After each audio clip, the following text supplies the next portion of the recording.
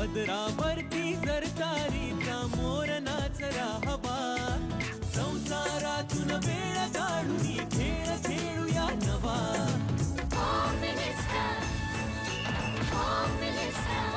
पैठणी घेऊन आला, वहिनी उघडताना दा, रोज पत्रिका देणार.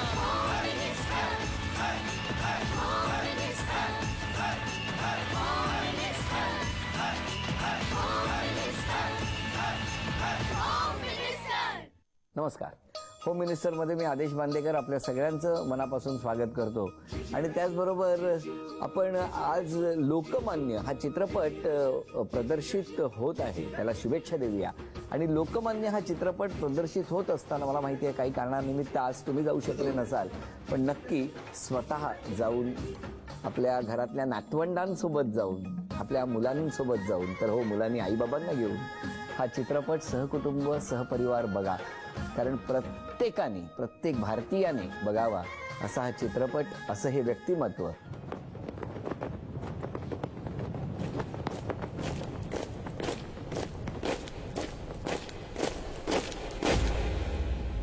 अखंड हिंदुस्थान,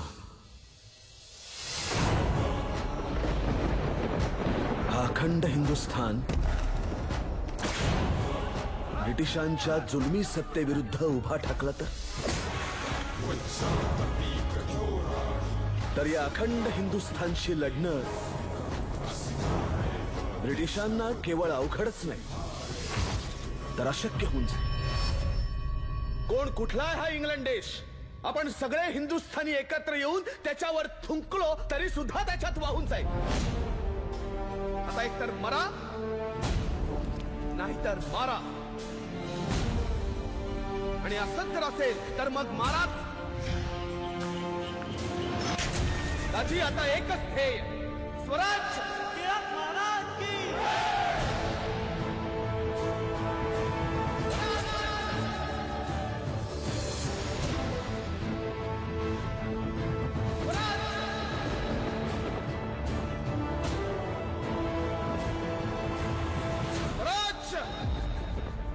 हा माझा जन्मसिद्ध हक्क आहे आणि तो मी मिळवणारच. मला सुद्धा आता हा चित्रपट कधी एकदा जाऊन बघतो असं झालेलं आहे. तेव्हा आत्ता मंजिरी वहिनी पुन्हा एकदा स्वागत, सुबोध खूप खूप स्वागत आणि शुभेच्छा. कारण जे काही साकारणार आहे ते बघण्यासाठी आम्ही सगळे उत्सुक आहोत. काय वाटतंय तुला आता? विलक्षण आहे. मला काय वाटतं माहिती आहे आदेश, आपण ना आपल्या सगळ्या राष्ट्रनेत्यांना खूप चुकीच्या पद्धतीने समजून घेतलं. याचं मला खूप वाईट वाटतं. म्हणजे महात्मा गांधी असतील, लोकमान्य टिळक असतील, परमपूज्य बाबासाहेब आंबेडकर असतील, महात्मा फुले असतील, गोपाळकृष्ण गोखले असतील, ही भारतातली घराणी आहेत, घराणी. आपला प्रॉब्लेम काय झालाय, आपण खूप छोटे आहोत त्यामुळे आपण त्या घराण्यांमध्ये त्यांना बांधून ठेवलंय. खरं तर या घराण्यांमध्ये आदान प्रदान व्हायला पाहिजे, विचारांचं आदान प्रदान व्हायला पाहिजे, एकमेकांना समजून जास्तीत जास्त घेता आलं पाहिजे. पण आपण त्यांना इतकं एकमेकांपासून बांधून ठेवलंय की हे त्यांनी नाही बांधून ठेवलंय, हे आपण बांधून ठेवलंय. आणि मला असं वाटतं त्यामुळे चुकीच्या पद्धतीने ही सगळी माणसं आपल्याकडे आलीत. अदरवाईज ह्या प्रत्येक माणसाला जर अभ्यासाला गेलं तर मला असं वाटतं कित्येक वर्ष आपण फक्त कितीही अभ्यास केला तरी सुद्धा समजून उरतील अशी ही बॅलन्स असलेली माणसं आहेत. त्यामुळे त्याच्यातलं एक लोकमान्य टिळक. मला असं वाटतं जो माणूस इतका म्हणजे आत्ताच्या भाषेत जर हिच्यामध्ये 2 पर्सनॅलिटी असतील तर हिला मल्टिपल पर्सनॅलिटी डिसऑर्डर आहे असं समजलं जाईल.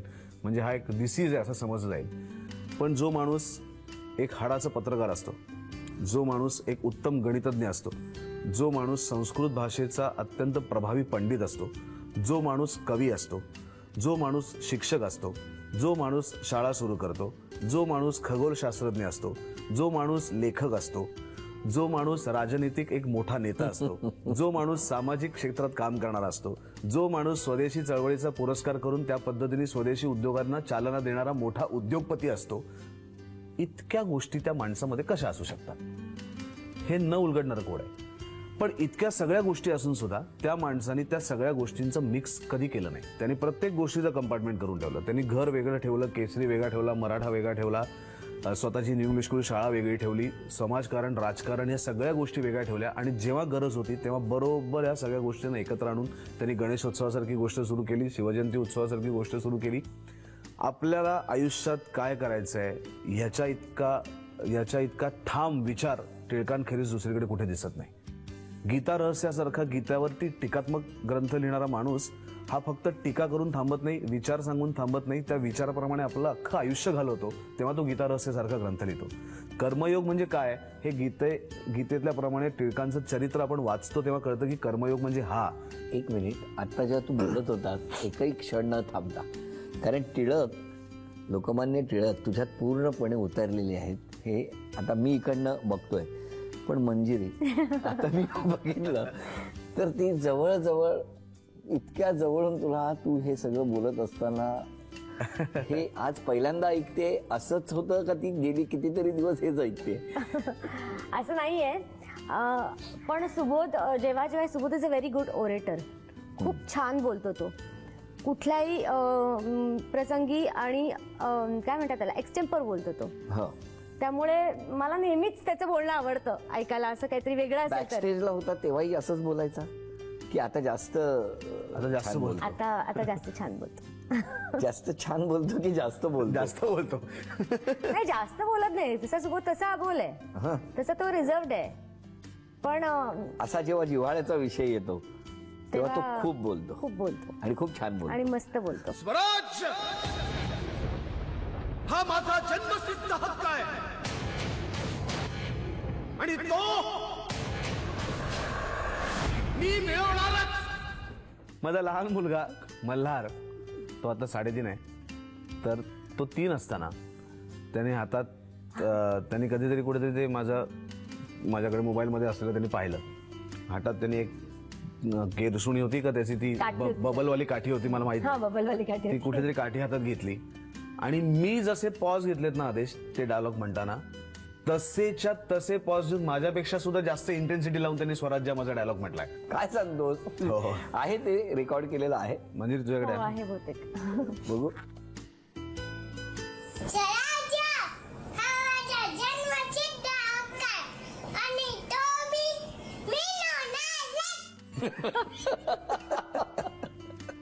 किती गोड आहे रे.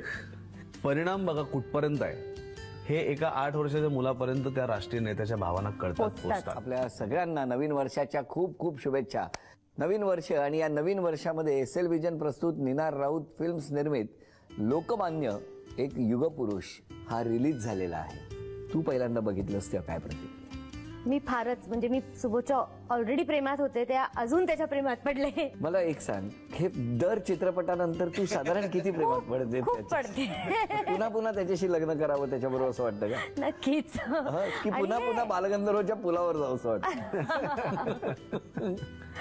नाही, Subodh has been very lucky की त्याच्याकडे इतक्या छान भूमिका आलेल्या येतात नेहमी. नाही उगाच नाही, फक्त लकी नाहीये. हो, त्याचे कष्ट आहेत त्या भूमिकेला. आणि मगाशी मी सांगितलं तसं तो खूप खरा आहे. त्यामुळे त्याच्याकडे ते. आता ही झालं व्यक्तिरेखेबद्दल. पण शूटिंग ही जी काही प्रोसेस होती ही किती दिवसांची होती साधारण? आम्ही टोटल या सिनेमासाठी ओमने 50 दिवस शूट केलं. अरे बापरे. त्याच्यातले 6 महिने म्हणजे 7 महिने आम्ही हे शूट करत होतो. 10 दिवसांचे वेगवेगळे शेड्यूल्स करत शूट करत होतो. मी एकटं टक्कल केलं होतं. 7 महिने मी टक्कल केलं होतं. आणि ओव्हरऑलच प्रोसेस किंवा मला असं वाटतं की मराठीतला एक अत्यंत मोठा चित्रपट म्हणता येईल असा हा चित्रपट आहे. आणि याच्यासाठी एक दुसरा माणूस नाही तर अखंड काही माणसं सातत्याने गेले कित्येक वर्ष राबतात. ओम तर आहेच आहे, नीनाताई आहेत, भारतकुमार आहेत, त्यांची फॅमिली तर आहेच आहे. पण आमचे असिस्टंट डिरेक्टर असतील, म्युझिकवाले असतील किंवा सेटिंगवाले असतील, संतोष फुटाणे सेटिंग ज्यांनी केलं, विक्रमदादा असतील, म्हणजे त्या कॉस्ट्युमसाठी महेश शेरलानी. मला असं आठवतंय की खादीचे सगळे कपडे सगळ्यांचे शिवायचे म्हणून जवळजवळ 8 का 10 किलोमीटर लांब खादीचं कापड घेऊन त्याच्यातनं सगळ्यांचे कपडे शिवलेत.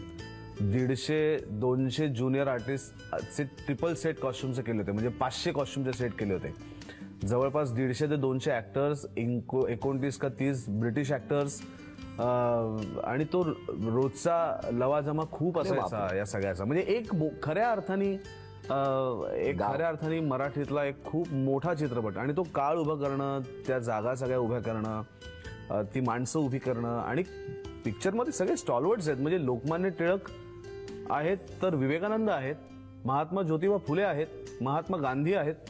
तर ही सगळीच एक एक एक एक पर्व प्रत्येकाला द्यावं अशी माणसं सगळी या सिनेमामध्ये आहेत. तर त्यांचं कास्टिंग करणं, त्यांना कॉस्ट्युम्स त्या पद्धतीने देणं, त्यांचे कॅरेक्टर स्केचेस निर्माण करणं, याच्यामध्ये अनेक नवीन ऍक्टर्स आहेत की ज्यांनी कधी युजली जे ऍक्टर म्हणून काम केलेलं नाही, पण लुक अलाइक म्हणजे जास्तीत जास्त त्या व्यक्तिरेखेच्या जवळपास जाणाऱ्या माणसांना त्यांनी कास्टिंगसाठी घेतलंय. त्यामुळे ते एक वेगळं सगळं त्यांचं करणं, पसारा खूप आहे या फिल्मचा. आणि मला आनंद या गोष्टीचा आहे की SL विजन बरोबर निनार राऊत फिल्म प्रोडक्शन, कारण निनार राऊत हे एक नुसतं प्रोडक्शन नावापुरतं म्हणण्यापेक्षा ते प्रोडक्शन हाऊस आहे असं मला नेहमी वाटतं. कारण मलाही आयुष्यातला पहिला माईक जो काही आज इतकं बोलू शकतोय तो त्यांनीच हातात दिलेला आहे. ओम आणि त्याचं दिग्दर्शन याच्याबद्दल तुझं काय?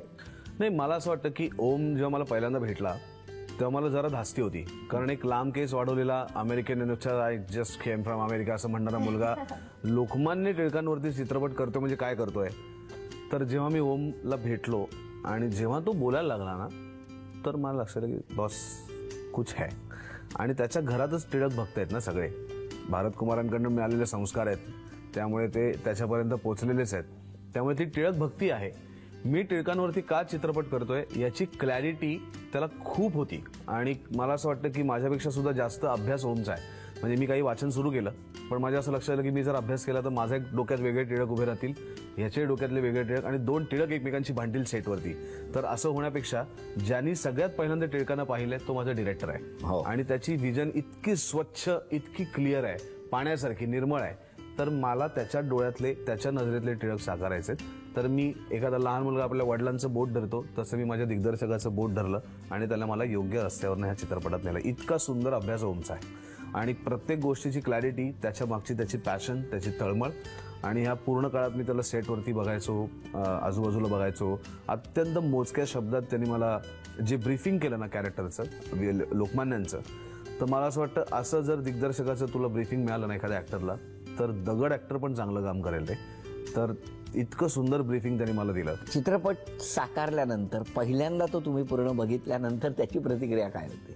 नाही, त्याची प्रतिक्रिया मला, त्याच्यासाठी मला चित्रपट पूर्ण होण्याची पण वाट नाही बघायला लागली. कारण मी त्या लोकमान्य टिळकांच्या काळात मी खूप वेगळ्या प्रेशरमधनं जात होतो त्या शूटिंगच्या दरम्यान. एकतर मी वर्षभर काही काम करत नव्हतो, मी ह्या प्रोजेक्टसाठी काही हातात घेतलं नव्हतं. मी व्यायाम करायला लागलो, बाकी सगळे प्रोजेक्ट सोडले, टक्कल केलं आणि पिक्चर 3-4 महिने पुढे गेलं. तर माझी फायनली मला एंड ऑफ द डे घरी बॅलन्सला आपल्याला सावकारला सांगता येत नाही रे की माझा अरे लोकमान्य टिळकांचा होतं म्हणून तो काही तुला डिस्काउंट देत नाही. तर मला ते कुठेतरी ते एक प्रेशर होतं. आणि त्या काळात माझं एक प्रकृतीचं थोडंसं मला प्रेशर होतं. सिरियस नाही, मीच खूप प्रेशर त्याचं घेतलं होतं. आणि हे सगळ्याचं प्रेशर माझ्या त्या कॅरेक्टरवरती होतं की ते मला जमतंय की नाही. पण जेव्हा पहिला शॉट झाला माझा, जेव्हा मी चालत चालत त्या दिंडी दरवाजातनं केसरीवाड्यातनं बाहेर पडतो आणि चालत मी सुरुवात करतो, डायलॉग मला काही नव्हते, पण तो मी आलो. आणि मला असं वाटतं कुठल्याही कलाकारासाठी ना त्याचा पहिला शॉट खूप महत्वाचा असतो, कारण तो त्याला पुढचा सगळा रस्ता दाखवत असतो. आणि तो शॉट झाल्यानंतर जेव्हा लुकटेसला ओम रडला होता, शॉट नंतर मी त्याला बाजूला घेऊन गेलो कोपऱ्यात आणि मी अर्धा तास त्याच्या गळ्यात मिठी मारून मी रडत होतो. खूप साचलं होतं आतमध्ये, खूप ट्रिमेंडस प्रेशर होतं. मला सांगता येत नाही इतकं प्रेशर होतं की लोकमान्य टिळकांवरती चित्रपट वाईट झाला तर फार फार लोक ओमला म्हणतील की पहिला प्रयत्न फसला, दुसरा प्रयत्न तुला हे होईल. पण रोल खराब झाला असता तर महाराष्ट्राने नाही, देशाने शेण घातलं असं माझ्या तोंडात. त्यामुळे ते माझ्याकडनं तसं घडू नये याच्यासाठी मी ते एक प्रेशर जे घेतलं होतं ते त्या पहिल्या शॉट नंतर बाहेर पडलं. मग मी लक्ष पण दिलं नाही की मी हातवारे कसे करतोय, मी बोलतोय कसा, मी उभा कसा राहतोय. कारण एकदा साथ तुझा लागला ना मग सोडून द्यायचं, मग फार प्रयत्न करायचा नाही, कारण तो तुला योग्य रस्त्याने नेतो. तुलाही टेन्शन होतं हे? भयंकर होतच. कारण तो मोकळा व्हायला माझ्याकडे बोलायचाच ना अर्थात, कारण त्याला कुठेतरी आउटलेट पाहिजेच. पण त्या दिवशी त्याने मला फोन केला, मंजिरी शॉट झाला पहिला आणि ढसाढसा रडलो मी आज. सो निचरा झाला सगळा, समजू शकतो. आणि उरले ते स्वच्छ विचार. अरे वा, या गप्पा अशाच सुरू राहणार. शेवटच्या टप्प्यावरती एक खेळ सुद्धा आपण वहिनींना खेळायला लावणार. कारण जरा दोघांना काही प्रश्न विचारतो, कारण एकीकडे चित्रपट, एकीकडे बालगंधर्वच्या जवळचा तो पूल, अशा अनेक गोष्टी आहेत. पण आता या सगळ्या 13 वर्ष, किती वर्ष आहे लग्नाला? लग्नाला 13 वर्ष आणि आम्ही एकमेकांना ओळखून 25 वर्ष झाली. 25 वर्ष, म्हणजे यातलं एकही उत्तर चुकता कामा नाही. नाही, पण त्यातले पहिले 11 वर्ष आम्ही एकमेकांना भेटलो खूप कमी हो, होतो. प्रश्न यायच्या आधीच कारण द्यायला सुरुवात झालेली आहे, प्रस्तावना सुरू झालेली आहे. सुबोधचा आवडता अभिनेता. अमिताभ बच्चन. चला बरोबर आहे. आवडती अभिनेत्री. बापरे. बरं आत्ताची याच्यात म्हणजे नवीन नवीन आहे. नवीन नवीन दीपिका पडुकोन. चला क्या बात आहे, वा बरोबर. पण ह्याच्यात कॉन्फिडन्स नव्हता फारसा. हो, नाही आता दीपिका पदुकोण असं होतंय. आवडता चित्रपट हिंदी. आठवा नीट. जोडीचा बाई. अभिनंदन. आता उत्तरच सांगायचं बाकी ठेवलं होतं. सुबोधला आवडलेली स्वतःची व्यक्तिरेखा. लोकमान्य. लोकमान्य. क्या बात आहे, बरोबर. आणि त्यासाठी शुभेच्छा खूप खूप. आणि आता या शुभेच्छा आहेत त्या पुढच्या 5 प्रश्नांसाठी आहेत. मंजिरीला ती टोरंटोला असताना तुझ्या कुठल्या गोष्टीचा खूप आधार वाटायचा? माझी पत्र.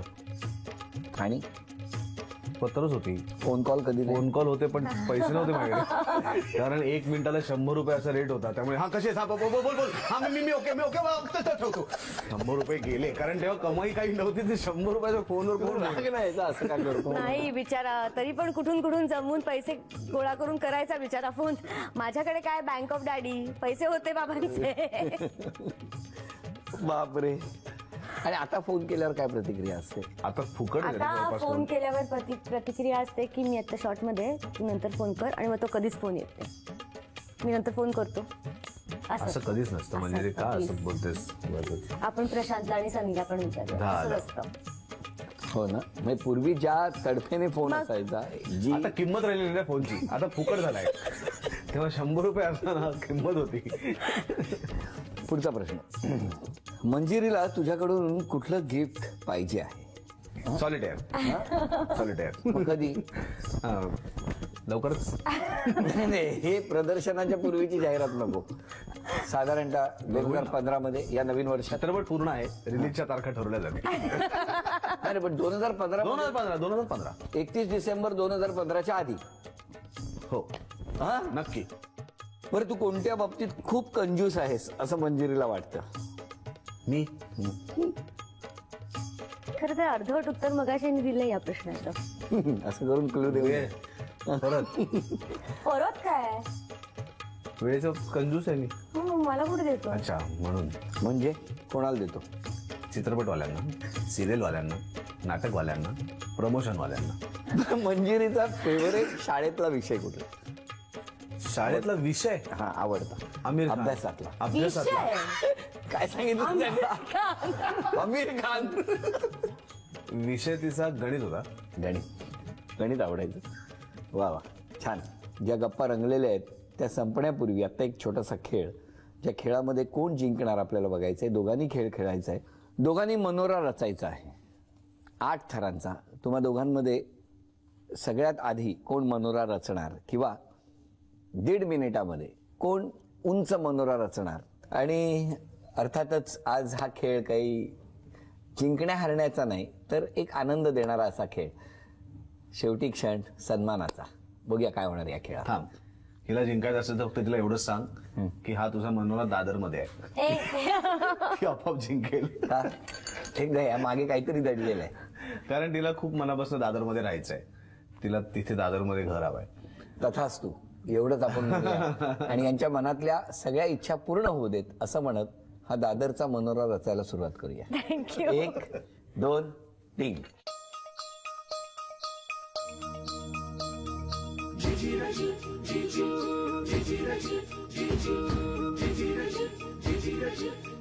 तीन. क्या बात है. 4.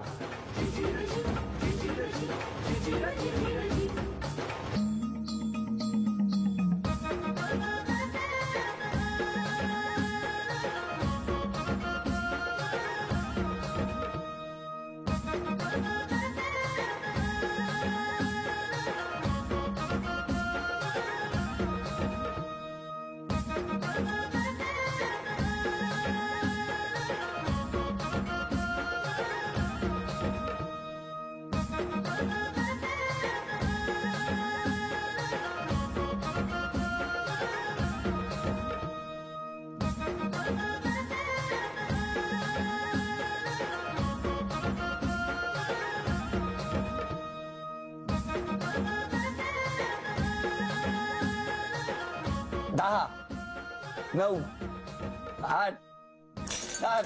नाही मला बेसमेंटला राहायला आवडतं. वेळ संपली. Garage आणि बनवतो. अभिनंदन. झी मराठीकडून आज हा सन्मानाचा क्षण, लोकमान्य हा चित्रपट प्रदर्शित होतो आहे त्यासाठी शुभेच्छा.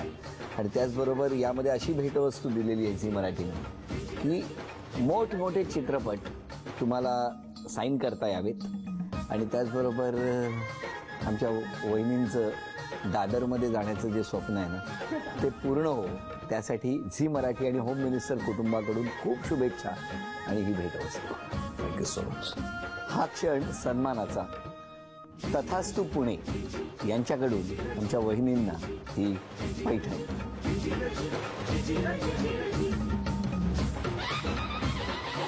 अभिनंदन, खूप शुभेच्छा. होम मिनिस्टरचा आजचा भाग इथेच संपतो आहे. पुन्हा एकदा आपल्या सगळ्यांना शुभेच्छा देतो, नवीन वर्षाच्या शुभेच्छा देतो.